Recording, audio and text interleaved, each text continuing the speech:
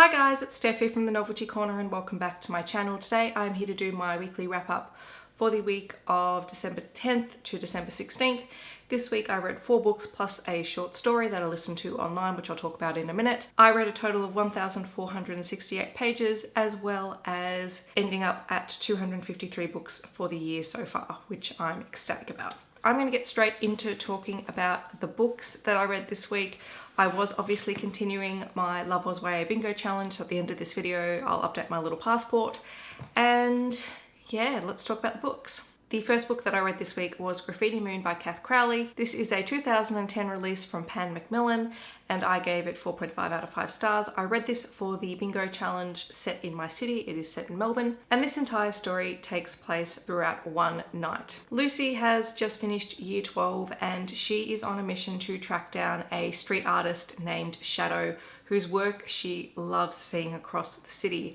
And she has built up this persona of him in her head, yet nobody seems to know who he is. However, she finds herself stuck with Ed one night and he claims to know who Shadow really is and tells her that he will help her track down the mysterious Shadow by taking her to see secret locations of Shadow's work. This was just a really lovely story about this sort of unrequited love, but also changing expectations and understanding that just because you think one particular way about someone doesn't make it true, and that sometimes you have to overcome past differences.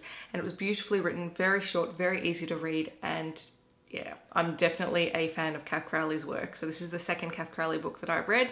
Words in Deep Blue was the first, but I think this was her first book. So I'm really pleased that I read it. Wow, that was zoomed in really close. So let's just deal with this for a minute. Then I read books 2 and 3 in the Tribe series. So that is The Disappearance of Amber Crow and The Foretelling of Georgie Spider, both by Amber Quay Molina.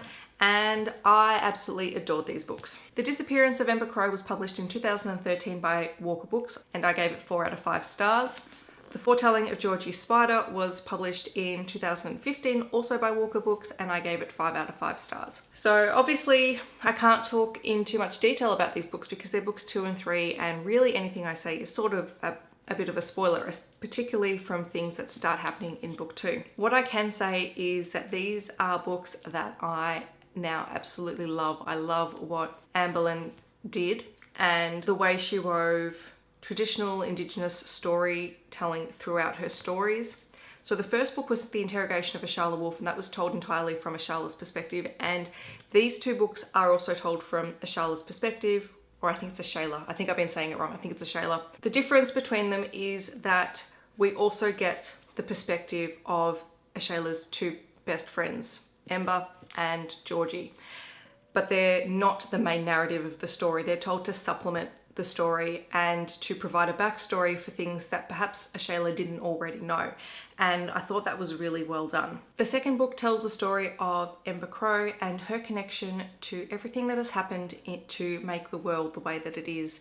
And we also learn a little bit more about her father, who was mentioned really briefly in the first book. It's really interesting and it takes this more from dystopian to a bit of spec-fic sci-fi, and it was really, really intriguing and something that I didn't expect to happen at all. And the third book follows Georgie's story, and we actually begin to see how she sees the future. Because if you haven't read the first book, the world has basically ended and the people who survived the end of the world have come together, and they're a group called citizens who are people, everyday people like you and I. And then there are the illegals, those people who have been born with abilities. It's a really segregated society, and the illegals are feared because their powers can be unpredictable. Georgie is an illegal and a member of the tribe, and she is able to see the future.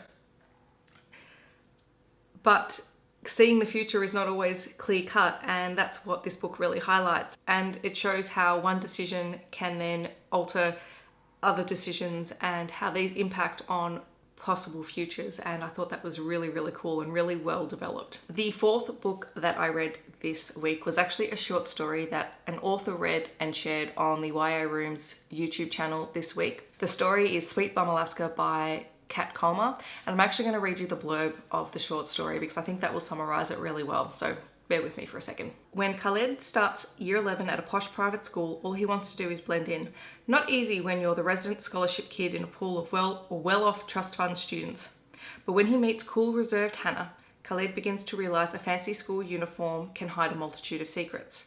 A short story about privilege, secrets, and the importance of not judging a person by the cost of their school uniform. I thought it was really cool of Kat Coma to read out a short story as part of the Lovers YA Month on the YA Rooms YouTube channel, and it was a really great short story. I'm actually tagging it to the challenge, a book that you relate to, because I went to a posh Catholic girls' school, which is sort of like going to a posh private school, and it's really difficult when you come from a family who are not super well off. Like, my family was comfortable, but we were not at the top end of the school, and you could definitely tell the difference, and sometimes people treat you differently, and that makes this story incredibly relatable for me especially. I just liked how Khaled was able to break down some barriers with his friendship and relationship with Hannah, and how they bonded over a common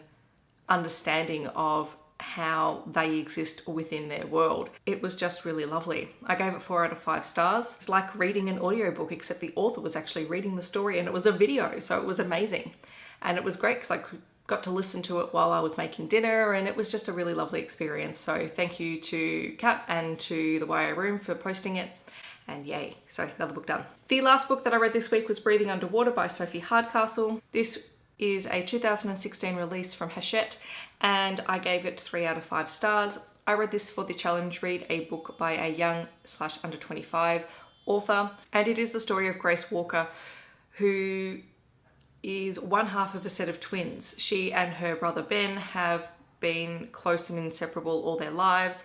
They live along the coastline, and they live a really wonderful surf culture life, and they depend on one another. But where Ben is very outgoing, Grace is a little bit more reserved and less likely to go out and take risks, until one day something terrible happens and Grace's life is turned upside down, and she needs to learn to face the world on her own and cope with the world on her own. And you know, she doesn't do that perfectly. She struggles with it, and it deals with relationships and how we need people around us to support us. It was a good book and I enjoyed it, but at times it did just feel like it was going through the motions, like it was every little step of Grace's day.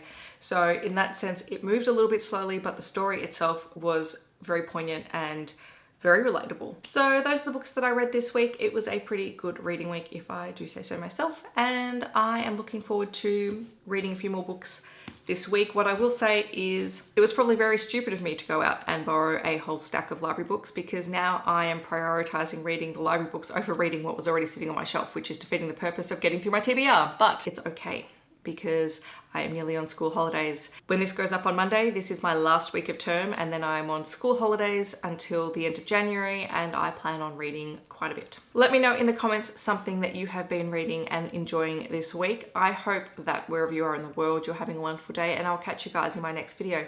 Thanks for watching. Bye guys.